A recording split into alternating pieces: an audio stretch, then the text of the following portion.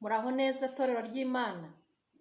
Muraho neza abantu mwese muzakurikira ubutumwa bwiza bwo kuri YouTube channel Imana Ishimwe Clarisse. Umugisha n'amahoro bibane namwe. Dusenge. Shimwe Uwiteka muremyi w'ijuru n'isi. Shyirwa hejuru kuko uri Uwiteka Imana yo gusengwa. Bana nanjye ngiye kubwiriza ubutumwa bwiza.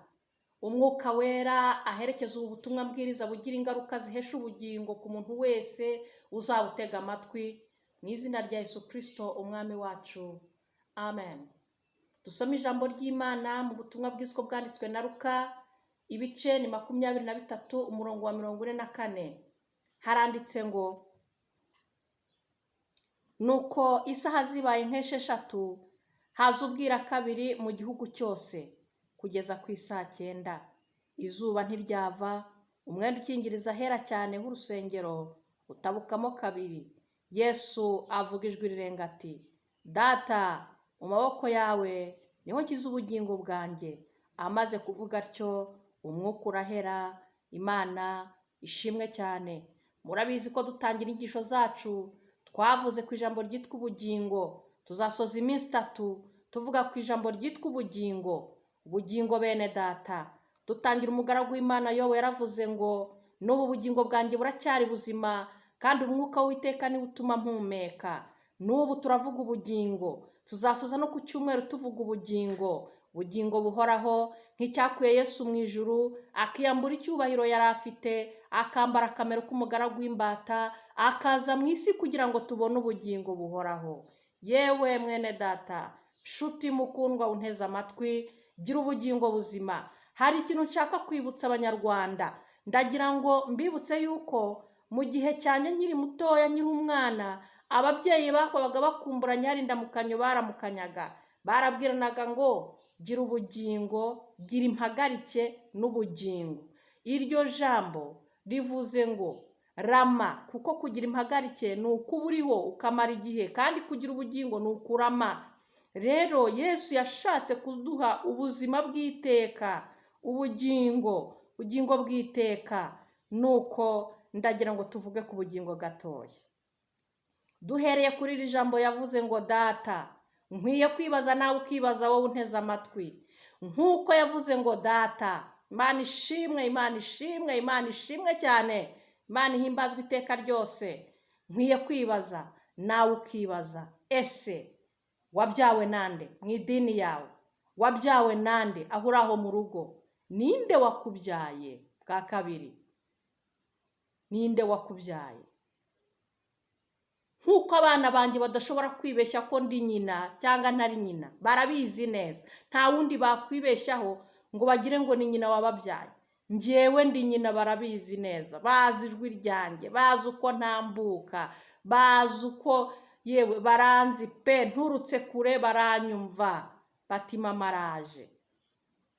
Niko n'umuntu wabyawe n'Imana adashobora kwibeshya rwose ko atari umwana w'Imana. None rero mu minsi y'imperuka, iyo nitegereje mbona abantu benshi barabyawe n'amadini ariko ntibabyarwe n'Imana. Turafata umwanzuro ngusaba ngo wowe fata icyemezo cyo kubyarwa n'Imana. Yarabizi neza ko yaturutse kuri se. Yarabizi neza ko yaturutse kuri Data wa twese. Muvugabutumwa intumwa y'umwami Yesu Yohana yaravuze ati, bene data ntimuyobe. Ukora ibyaha n'uwa Satani. Niba uzi ko uri umunyabyaha, ndagira ngo nkurangire uwakubyaye. Wabyawe na Satani. Ariko wakwemera ubutumwa bwiza mbwiriza none, wabyarwa n'Imana, ukinjira mu muryango w'abana b'Imana. Izina ry'Imana rihabwa icyubahiro. Nuko aravuga ati, Data, mu maboko yawe niho nshyize ubugingo bwanjye. Mbese mwene data, ubugingo bwawe buri hehe? Ubu uyu munsi, muri iki gihe cy'iyi minsi y'imperuka, twiteguye kugaruka k'umukiza wacu Yesu, hari abantu benshi ubugingo bwabo buri mu maboko y'ibindi bintu. Nyine nk'uko nabivuze haruguru, njyewe ndi mu gihugu abantu basenga. ndi mu gihugu cyuzuyemo amadini menshi menshi n'amatorero menshi menshi menshi ndetse cyane, ariko wakwitegereza ukabona abantu ubugingo bwabo ntago buri mu maboko y'Uwiteka. Reka mbabwire ibintu bitatu byari byiteguye kwakira ubugingo bw'umukiza wacu Yesu, ariko akabicamo ubugingo bwe bukajya aho bugomba kujya, mu biganza by'Uwiteka. Hari Satani yari ateze ibiganza avuga ati ubugingo bwawe ndabufata, ntabwo buzasubira ku Mana. Hari isi yaramubwira, yari iteze ibiganza ivuga iti ubugingo bwawe turabufata. Hari umubiri, ndagira ngo mbibutse ko igihe yajyanwaga n'umwuka mu butayu gusenga, Satani, iryo jambo Satani mwibuke ko yarahamutegeye. Hanyuma umubiri amaze gusonza, Satani aramubwira ati hindura aya mabuye imitsima urye.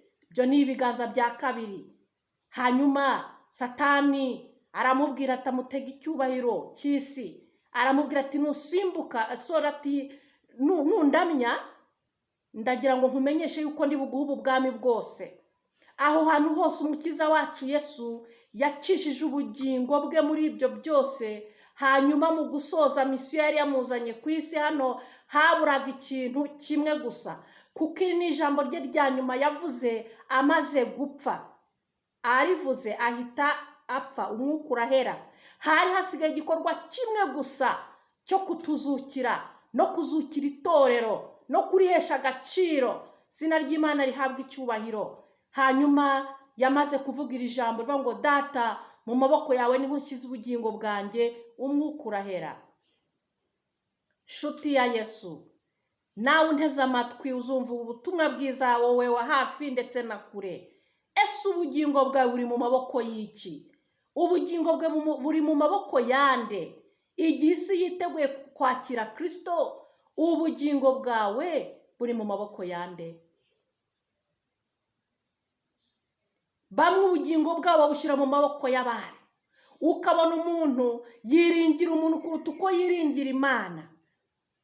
Abandi nk'uko nabivuze, ubugingo bwabo babuhaye amadini, ukabona umuntu arajya mu idini, ariko ninde usambana, ninde wiba, ninde wica, ninde ugambana? Ni umunyedini, ni umuntu uri mu idini. None se ubugingo bwawe mu by'ukuri urumva buri mu maboko y'Imana? Ntabwo ubugingo bwawe buri mu maboko y'Imana.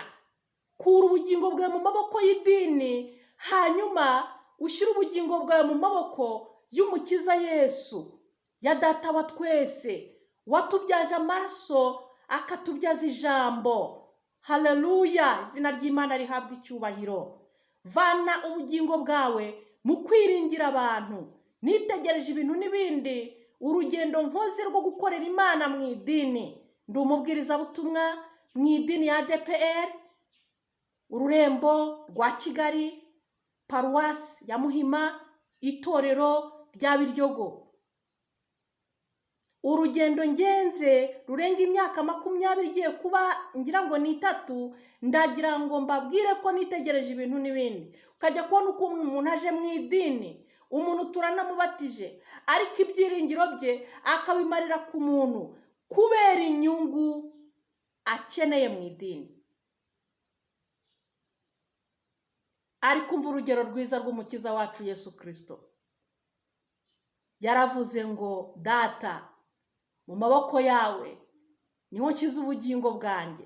Yagombaga gusohoza iki gikorwa cy'ubucunguzi, ubugingo bwe buri mu maboko ya se. Bitabaye ibyo yari buhushe misiyo. Natwe dukwiye kubaho ubuzima bwacu bw'iteka turiho, ubugingo bwacu buri mu maboko y'Imana, kuzageza ku mwuka wacu wa nyuma, ubugingo bwacu buzabe buri mu maboko y'Imana isumba byose. Yewe mwana w'umuntu nteze amatwi, ubugingo bwawe aho buri, nawe ubwawe wahibwira icyo ukora kitanejeje Imana, nicyo wahaye ubugingo bwawe.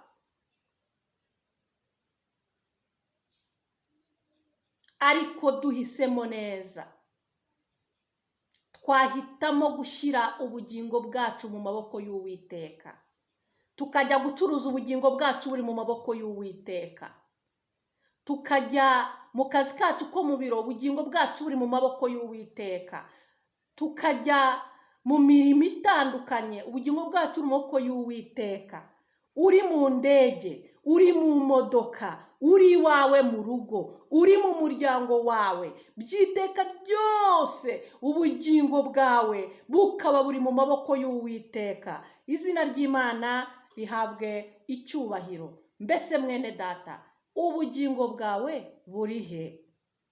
Buri mu maboko y'Imana cyangwa buri mu maboko ya Satani cyangwa buri mu maboko y'abantu? Uhoraho abaha umugisha mu izina rya Yesu Kristo umwami wacu, amen. Kora subscribe, urakandira kuri iryo jambo, hanyuma ukore no kukazogera wowe utarabikora, kugira ngo ninohereza inyigisho nimara kwigisha ujye tubona inyigisho.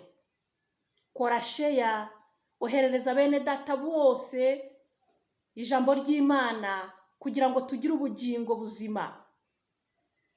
Imana ibaha umugisha. Yesu arabakunda, nanjye ndabakunda, kandi araza vuba. Wowe uramutse wumva ubugingo bwawe butari mu maboko y'Imana, ca bugufi ngo usengere Imana. Urakoze Uwiteka kubwira ijambo. Babarira umuntu wese ubugingo bwe butari mu maboko yawe, maze wakira ubugingo bwa buri wese uhitamo kubushyira mu maboko yawe. Kubwa Yesu umucunguzi wacu, amen.